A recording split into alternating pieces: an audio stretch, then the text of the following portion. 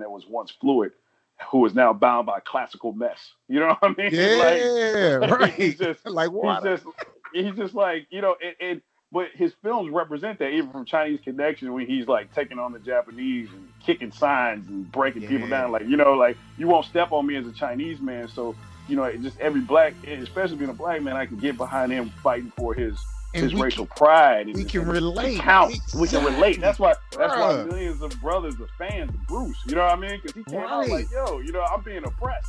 You know what I mean? And not only am I gonna Exactly. beat this, I'm gonna beat this by putting a foot in your face. Like, Exactly, brother. Hold on, man. Yeah, that was my buddy Tap. We have some great dialogue on this episode of Enter the Last Dragon around how Bruce Lee and Bruce Leroy really impacted the culture. This week's episode is brought to you by St. Charles MMA. You can visit stcharlesmma.com and mention RoyRob and Enter the Last Dragon when you sign up and get a free month of training. Now, let's get into some martial arts. You go by Tap, is that right? yeah, Tap will work. Who is Tap, man? Tell us, who is Alan? Who is Tap? Tell us a little bit about yourself, man. Oh man, I'm just a 80s kid, making it through, man. I got two wonderful children, and you know what I mean. Just using just loving life, and I want everybody to do well, man. That's what I am. That's perfect. That's beautiful. That's beautiful. It's a reason I had to invite you on my new podcast. Because once I heard the title, I had to talk to you too. Like, hey man, I need in on this. It became a mandatory, right? It had to Right, be because done. because we've been doing this all our lives, Roy. You know Right, what I mean? Like, right. like we took the martial arts. We hustled the blockbuster to get the movies, man, and Right. to watch them together. Like, you know what I mean? Like, Van Damme hit the splits, and I'm like, okay, I'm gonna set up two chairs and try it myself. Like, you know what I mean? Like, that's what we all about. You know what I mean? Exactly. Yes, sir. Yes, sir. So give us the little bit of history on your martial arts background. Tell us, even from youth, childhood. Tell me a little bit about that. Okay, well, when I was 5, I saw The Last Dragon, and it changed my life. I never looked back since. Like, I saw The Last Dragon. After that, it was like, I saw Snake Eyes on GI Joe. So entertainment definitely exposed me. But then as you get old, as I was loving, Ninja Turtles. Hey, 80s, 90s kids go through all that, and then. I even remember like seeing karate movies, renting a karate movie every time I could from Blockbuster, then taking my grandfather's ties, tying them around my waist, and acting like I was some sort of belt. You know what I mean? So eventually, it was I would go to the library. I read books with Ron Van Cleef, the Black Dragon. I read almost every martial arts books I can get my hands on with Stephen Hayes Wow. and you know what I mean? Just all those guys who put stuff out there. I read Bruce Lee's fighting method. I read Bruce Lee's kung fu. I just started just consuming it. You know what I mean? And then Wow. finally, Wow. at 12, my mom finally signed me up for Taekwondo, man. So I did that, the Taekwondo, and then of course, on the demo team, I saw that nunchaku was an available weapon, so I tried that out, of course, from the Bruce influence as usual, Right. right? So and then, of course, I got into sports after that, as you know, and then came back to seeing martial arts wise. Did a little Krav Maga. I remember doing a little Brazilian Jiu Jitsu in 2004, but then also just the work I was doing. Remember in my early 20s, just being a bouncer. So it's like, okay, I've learned a lot of this stuff. Now I'm trying to apply it at work, and some things are working and some things ain't. It just depends on what it is, and maybe I'm just not skilled enough for them to work. You know what I mean? Like, Right. I Right. can't. I might not be able to throw that roundhouse kick on a resisting subject with that Taekwondo green belt. You know, Right. you Right. know what Right. I Right. mean? Right. So Right. Right. so, Yes. but jujitsu was holding true, man. Like, I was really putting people lives. I mean, Taekwondo could work too. Like I said, I just wasn't able to apply at the time. But now, fast forward, I've done some Kali. I currently do Kali and Muay Thai, but I've done some Jeet Kune Do and some other things, as well as 8 years on doing law enforcement and all that stuff. So, you know what I mean? A little mix of real world plus training, right?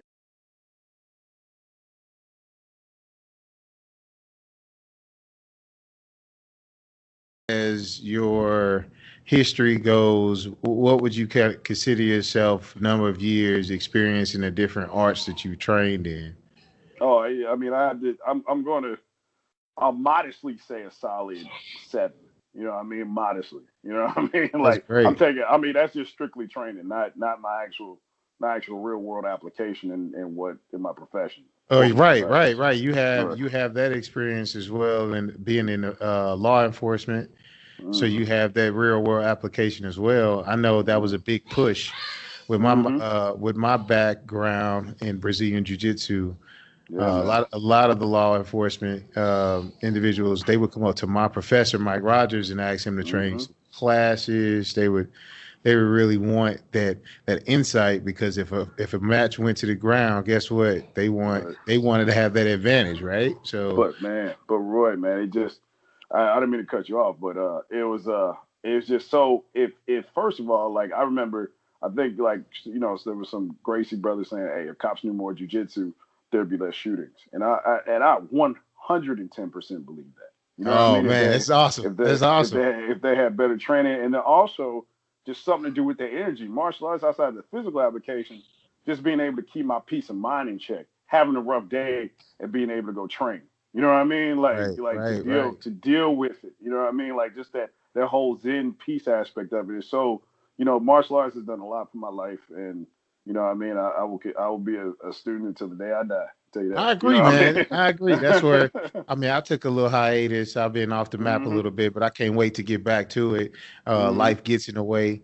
Got the little babies running around. Been hmm married now, and there was a time when I was a single man competing, going different places, I just to know, different man. states, just to You're a beast, do bro. tournaments. Yeah, man, and to the growth that I've had, but it's very applicable. You learn so Yeah, man. much.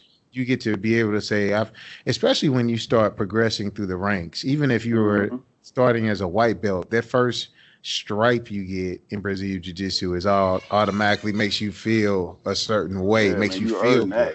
You know what I mean? You You earn earn that that. one little stripe. You Yeah, know what you I do. mean? You It really makes you do. feel great. It hmm like takes it to a whole nother level. So I kind of have an appreciation for individuals who are studying any art, as long hmm as it's something that it's elevating them, and is something that they take serious, and something that they are not trying to like push on the people that's not real world applicable. You know what I mean? Right, right, Like right. I would hate for someone to be like under the assumption that they can do certain things after they've taken certain classes or done certain hmm things, and then go and Lot of places package it that way though. right, you know what I mean? Like the one thing that's awesome, and I'm kind of going a little off topic here, but mm I love that certain schools would really take sport out of it, and they'll really get to their self defense portion of it. So hmm that's a big deal by itself, man. We got to know how to protect ourselves and our families. You know what I mean? True, true. But the only thing about it is when you do see the sport aspect applied real world, it's like holy crap. Like when Right. I see if I'm watching MMA and I see somebody knock somebody unconscious or hit somebody in the liver with a spinning roundhouse, or it's like, oh man, they took that sport aspect, but they're so skilled, they put in so many reps that they can apply it in real time. You know what I mean? Right. So In real time, man. That's the beauty of it, right? That's the yeah, beauty. man. So like, if you had to say, so you roughly say 7 years pure training, hmm the different arts. You said Taekwondo. I heard you mention that. I heard you hmm read some different read Kung Fu. That's I read a lot. the I legend read all Bruce of Bruce Lee's himself. books. All of Bruce Lee's Yeah. works I've read. So I've read. then you go and you start to really put into place the other types, like just thinking this through.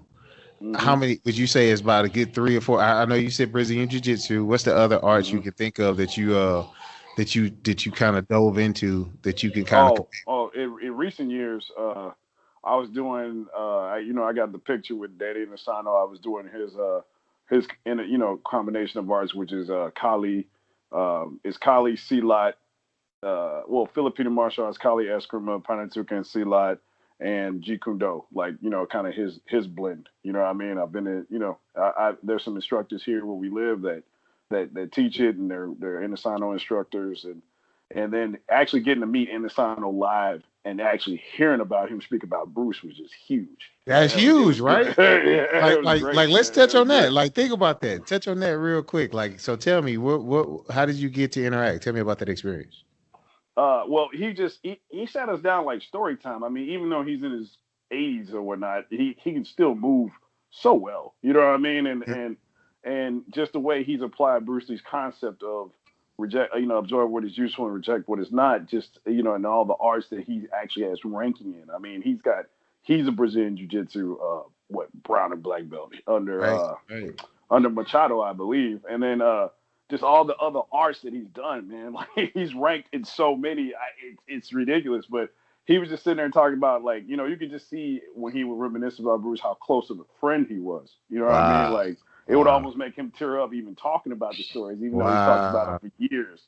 You know what I mean? It just it's like you always hear stories about Bruce's speed and power, but hearing it from Inosanto, especially Inosanto was like, yo, I did Kempo karate, I was in the Army. And then to meet Bruce, and for Bruce to see what Bruce could do physically, and then to actually spar him, just to say Bruce's distance and timing was incredible. Like, he could be in your face, tap you on the nose, and then be out of your range, way out of your range. That's crazy. You know what I mean? Hey, you saw it applicable when he went against Kareem. You know what I'm saying? When he went against him in Game of Death. Yeah, it was Game of Death, right?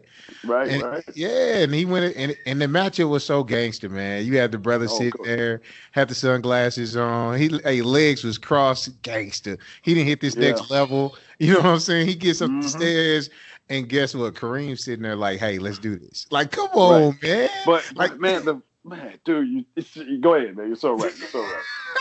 I'm just getting overwhelmed. You good. Chime in. Like, okay, with Game of Death, just for Bruce's all-out mission to just break psychological and philosophical barriers. You know what I mean? For his all-out mission, like, not only am I going to teach who I want, like, his first student being a black man who I would love to meet, but like, I forgot his name, but anyway, just for him to he's like, we don't have to do this traditional stuff. You know what I mean? Right. Like he said, there'll be a grave. Like, here was a man that was once fluid, who is now bound by classical mess. You know what I mean? Yeah, right. He's just like water.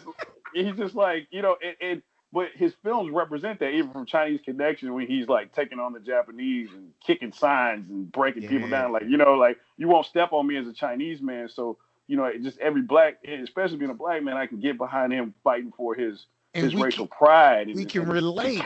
We can relate. That's why millions of brothers are fans of Bruce. You know what I mean? Because he came out like, yo, I'm being oppressed.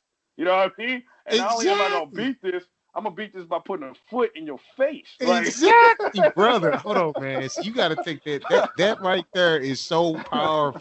These are the barriers that I've been trying to break down, man. Like, there is this connection that we found as kids, and that excitement still resonates, and it still relates to, like, look what's happening today, where you just like, okay, hey, I can connect, I can relate to that. Like, black, I'm a brother, and I love Bruce Lee. But then for us to enjoy The Last Dragon, to see Bruce Leroy, to be like, yo, it's the Fury. Like, I love this man. Exactly, man.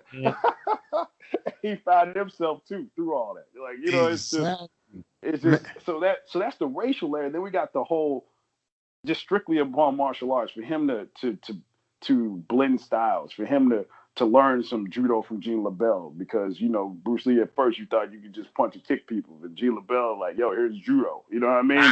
For Bruce to take that in. So I was listening to your last episode.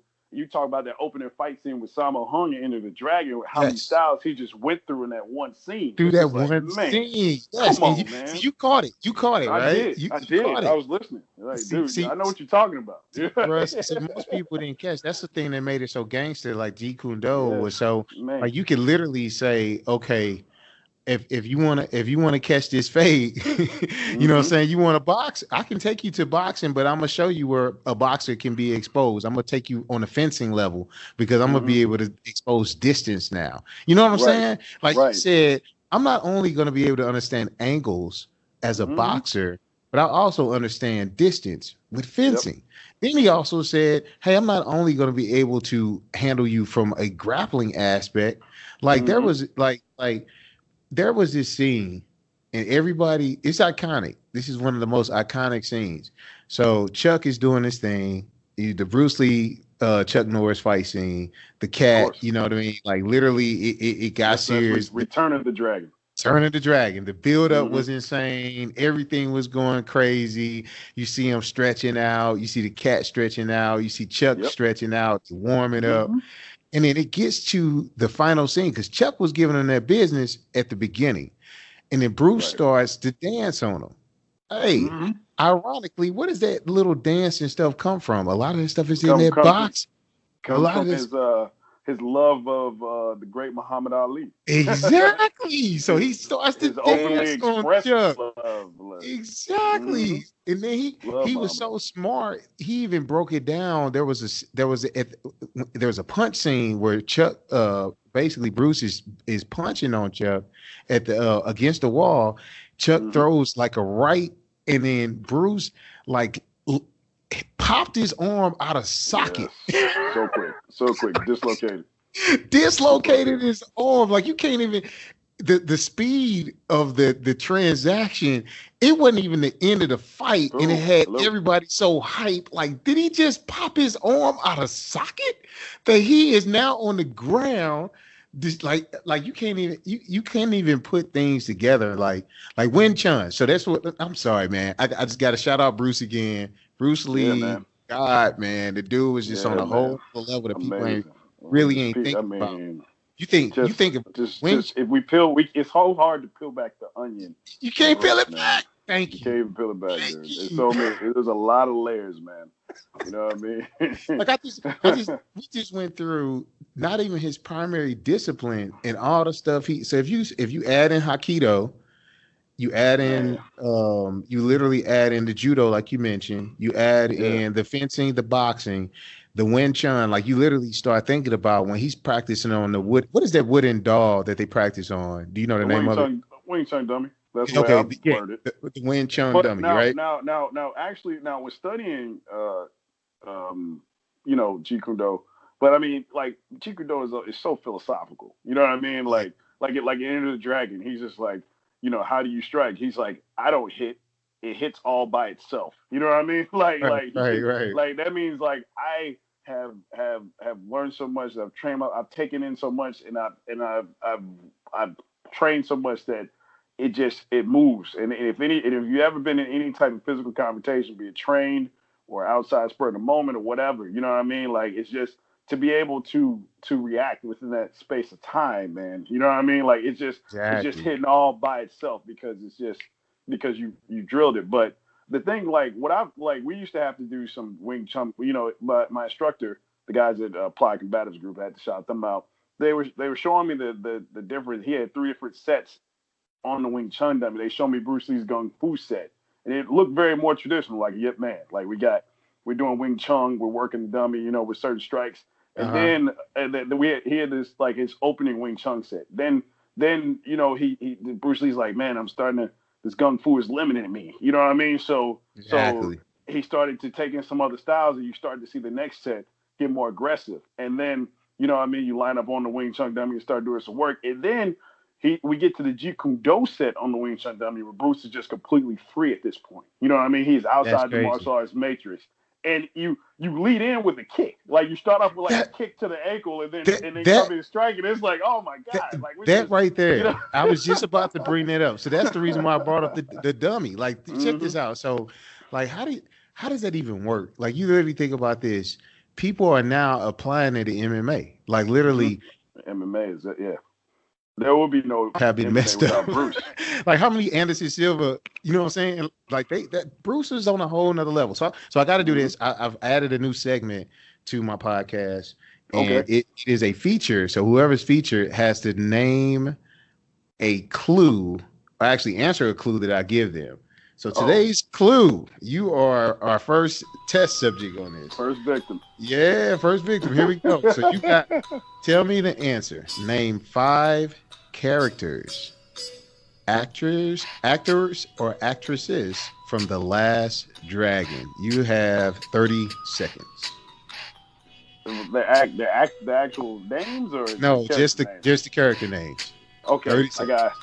I got Lee, I got Han, I got Williams, I got uh No. That's wait. Enter the Dragon. I said The Last Dragon. Oh, the last. I'm sorry. I'm Yeah, sorry. yeah. I got Bruce Leroy. I got man, you got me. Show enough. I got oh my god, I got Ernie Hudson. He was in there. I got the lady. God, I can't think of Prince's girlfriend's name. Vanity. I help you out. About 2 seconds. I got Vanity. And I got I can't think of his little brother. Oh man, I'm lost. I have four. Daddy Four, Green Pizza, man. You directing your pizzas to Daddy Green Pizzas, man. Oh, Daddy Green. Okay, all right, Daddy Green. God, I didn't think I had to ask his name. Okay, I got you. No, I feel you on that. So yeah, I figured that's a good. But I was thinking about the dude that he locked in the closet with all the weapons. Like, yeah. That was was that Danny too? That was his name. See, that's so sad. I'm like, oh man. Hold on, man. I forgot his teacher's name. Hey, that was definitely on the spot, right? Right. I forgot the three Chinese brothers who showed him that fortune cooking was a machine. Like, man, what it looked like. That was the best, man. Man. So my last featured question for the night that I want to ask you is about celebrity matchups. If you had to take an actor, actress, either or, and match them up against a Bruce Lee movie, and you're taking art skills included, so that means their acting ability to really drive the story along to make it hit home, whether it's on the comedy side or realistic side, what martial artists are you taking to feature side by side with Bruce Lee? And you can go from the Jet Lis, Jackie Chan, Steven Seagal, whoever you can think of. If you had, and I'll give you 2, because that might be a little difficult. You might have some favorites and you might want to just drop. But what 2 that you could think of would be top on the list that you would want to see a movie with? Like, okay. I'm gonna go. Let me. Okay. All right. Let me see. It could be villain. I love villain, so right? many. I love so many, man. So many actors. You know what I mean? With me being a black male, of course, I had to go with my brother Wesley Snipes. I have to. You know what I mean? That would be amazing, brother. I have to go with Blade. I gotta go with my boy Blade. Got to. Blade versus Bruce Lee? I gotta bring out Passenger 57 on that one. Hey, I'm not mad, man. I at first I thought you was coming with Michael Jai White. I didn't know. I didn't know. No, but Blade is a gangster. Hey, Wesley is Mike's got the real. I mean, I thought. Well, Wesley's, but hey, Mike's got that background, man. I mean, I watched Mike those fights of Mike when he was 17 doing point fighting karate, full contact. He's got that background, right? It's real. He's got a serious background. But yeah, man. Alan, man, you've been definitely a great influence when it comes to aspects of my life, and especially in the martial arts arena. I really got my start after hearing that you guys had jumped into Brazilian Jiu-Jitsu. I was really primarily focused on the judo side before I thought about it. You know what I'm saying? So I'm glad you was one of the people that helped introduce me to a sport that and self-defense martial art that I love so much to this day. So I appreciate you coming on my podcast, and from Enter the Last Dragon podcast, we appreciate you just giving us the opportunity to just take a little bit of your time and information so you can provide a lot of value to our listeners today. So thank you for that. I appreciate that, Roy, man. Thanks for having me, man. Thank you. Same with you, man. Like, even with the jiu-jitsu, you were already doing the boxing all the way to Golden Glove, man. You jump right into some very applicable arts, man. So that definitely made me step my game up in that realm. And I appreciate that. Thanks for having me. And also, you didn't let me get my second pick, man. I might have to go with Iko Uwais right now. Oh, I didn't give you a second pick. You're right. Hey, great way to go. So tell me, why is it your second? Tell me what's up. What you got? Because Iko's coming with the C lot, man. Like out of nowhere, his movies have been great. Just such a low art.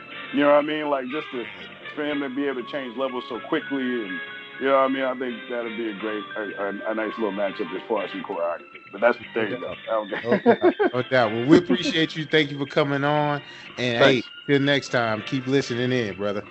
For sure, will do, man. Thank you. All right, later. Tune in next time for another great episode of Enter the Last Dragon.